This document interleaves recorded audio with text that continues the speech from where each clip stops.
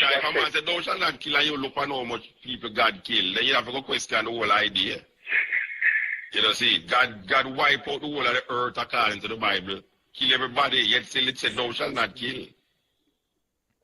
So you wonder now, who is giving that law? That law was there long before even Moses gave it, you know, so it's just that how people look on the Bible, it might reason like you can't figure out nothing in it. You have to just accept it how it is.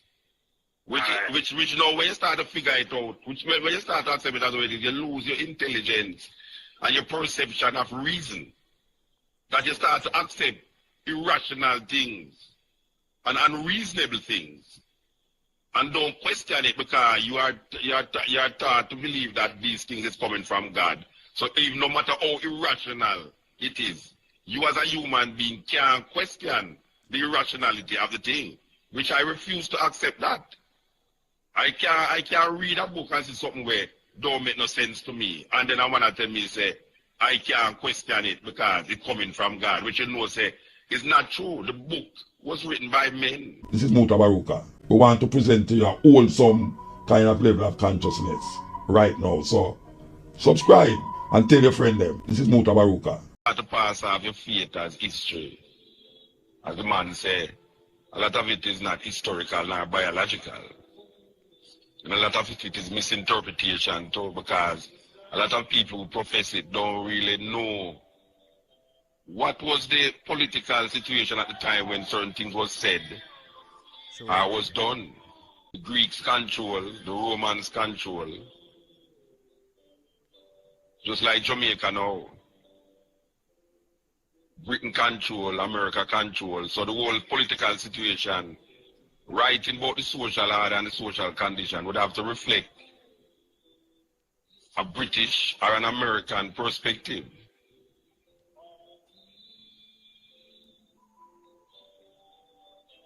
Well, you know what them say, believe kill and believe cure. Knowledge is the key.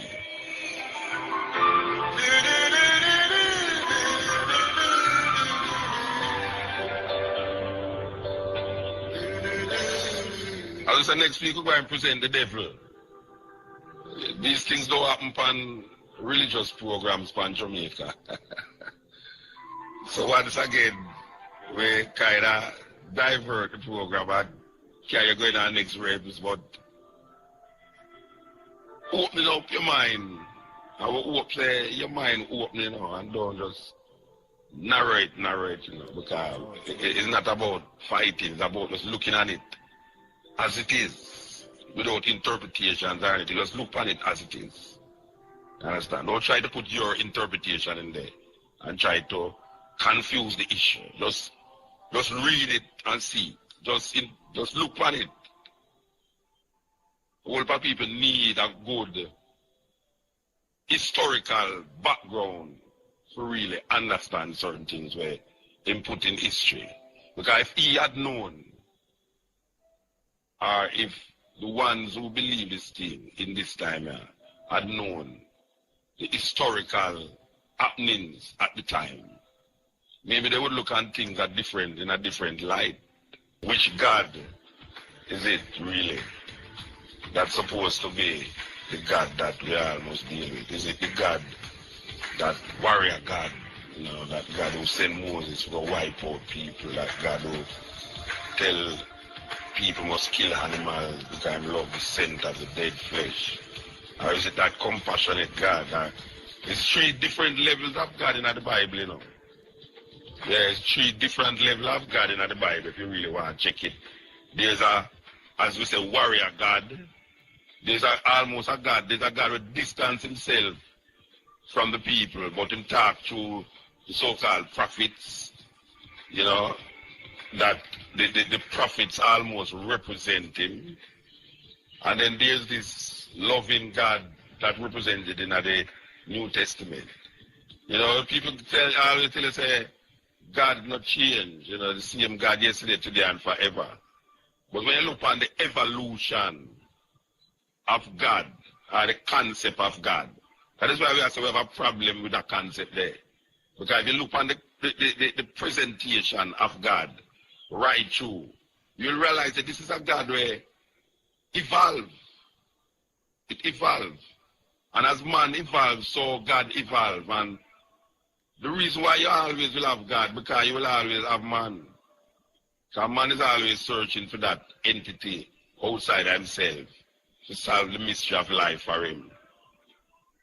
You know, and the three different stages, levels that we see. Can we truly say that the God where Isaiah and Jeremiah did a worship was the same God that Moses did a worship? Or can we truly say that the same God where Moses did a worship manifests himself in the same New Testament idea of Christianity? Because Christianity developed a new kind of God. You know, Christianity developed a new perception of God. Because the God where them say Jesus Christ profess, it wasn't unique to that Jewish under the Roman Empire. Because if you go and travel the Eastern continents, the Eastern world, you will see that a lot of these ideas did there in Asia hundreds of years before the advent of Christianity. So the idea is not a new idea, it's just that because it is written down in a book that is used by the conquerors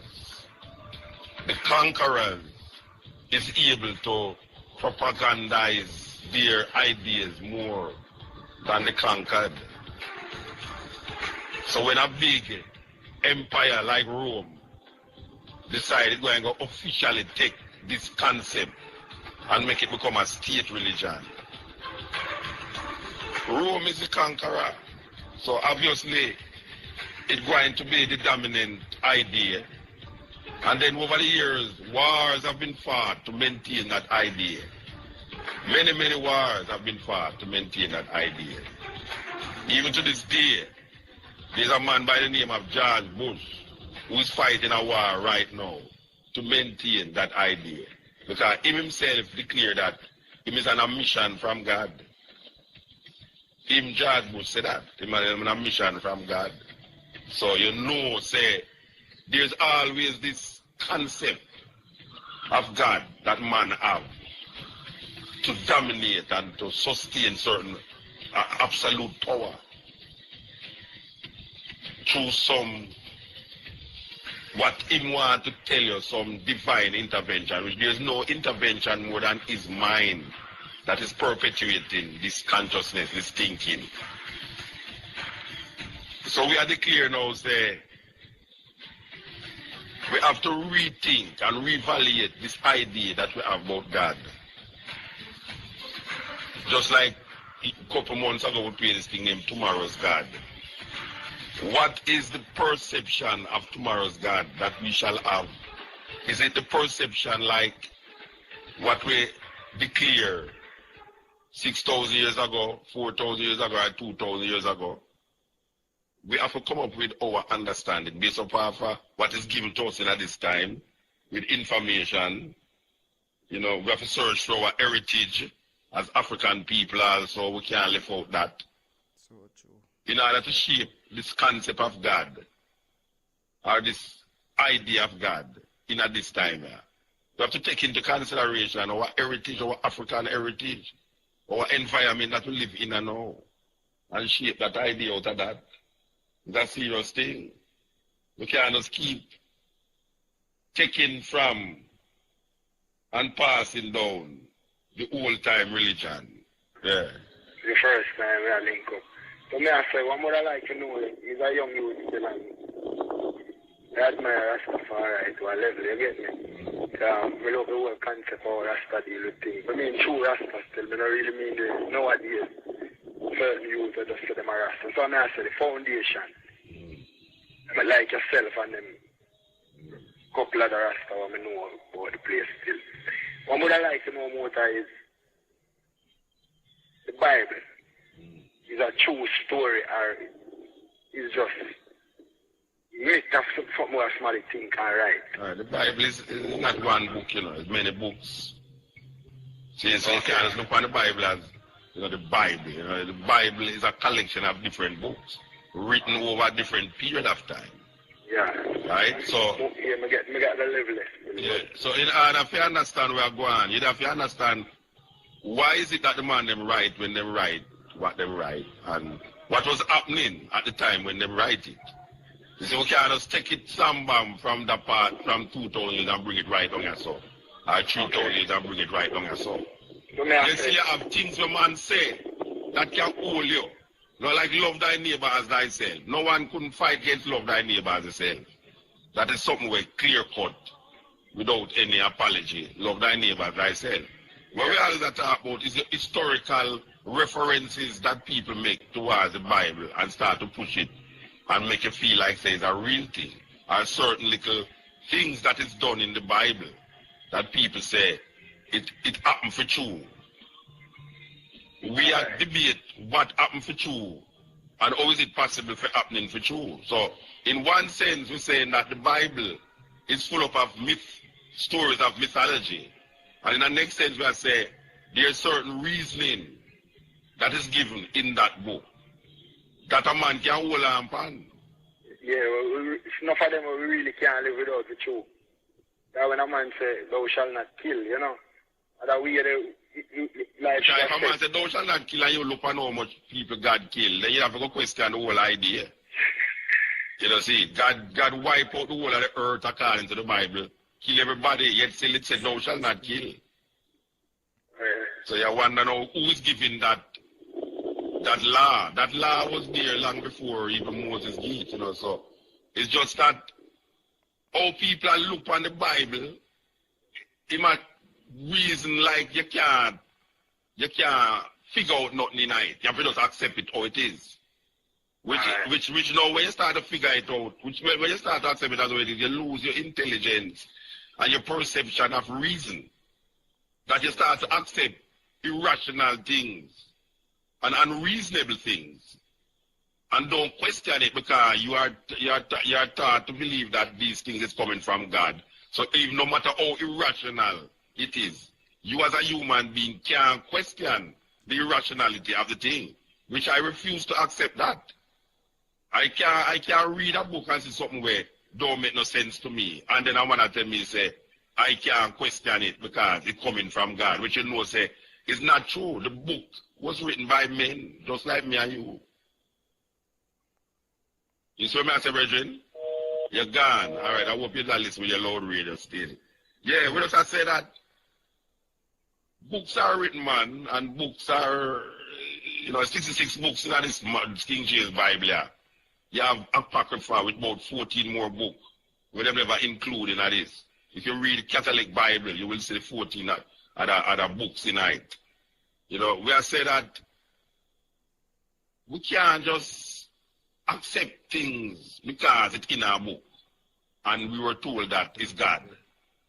Word. Also much discrepancies in the book, God word. When you look on it, there's so much discrepancies. And that even it has showing like man has steer upon the madness, He must steer upon the discrepancies, And I try to tell you, say, boy, right now, yeah, but discrepancies to you, but to God are not discrepancies. So you have to just allow it because you know, say, God right that. So you can't go question that. Who is you as a mere man to go question the word of God? That is what them all with all the while. Them all with that reasoning there all the while. Say, you can't question nothing in the Bible because the Bible is the word of God. What a great power a man have over here when them use a book to manipulate your whole thinking. The ability to reason. That is something that is given to human beings. The ability to comprehend and reason is taken away from you. When a man tell you, say, you can't reason objectively about a book that is written by men. It's really a powerful, agonizing state of affairs when you really check it. You know, who is you to come talk about your question this and question that? You know, when a man tell the boy, the son, Joshua command the son to stand still. And he said that I insinuated the son didn't move. What kind of man? You know, I reason with an intelligent person that I did about this thing here. A daughter from Ethiopia. I reason, I sit down with this daughter from Ethiopia, and I say, sister, you're intelligent. And you seem to can reason out and rationalize things. So when it comes to this irrational line, you give it up to God and say, well, if you are reasoning, is it in the Bible? I'm going to say, yeah, then in the Bible. She said, well, from it is in the Bible, it's true. She said, maybe the sun not moving now, but at that time, the sun was, this is a daughter who is very, she can reason. But when it comes on to the Bible now, and to reason out how the hell a man can stop the sun, to make the sun stay still. What magnitude of power him have? She said God, and God can do anything, which is the normal reason that most Christians give you, who lose all perception and perspective of reasoning. The power to reason is taken away when we start to deal with now this book. Serious matter. How is it possible that normal, sensible, so-called sensible people can be so irrational when it comes on to a book named the Bible? Yet still they will question every other book. They will go to school and the teacher will tell them something and they will question it, go around it, write thesis on it and all them things there. But when it comes on to them intellect and how to comprehend, it is taken away from them. It's a serious thing. The informative information presented in this video is motivational and is positively aimed at inspiring, educating and entertaining the viewers with the cutting edge of critical reasoning. If you enjoy the contents on the Black Radar YouTube channel, please consider subscribing to show your support.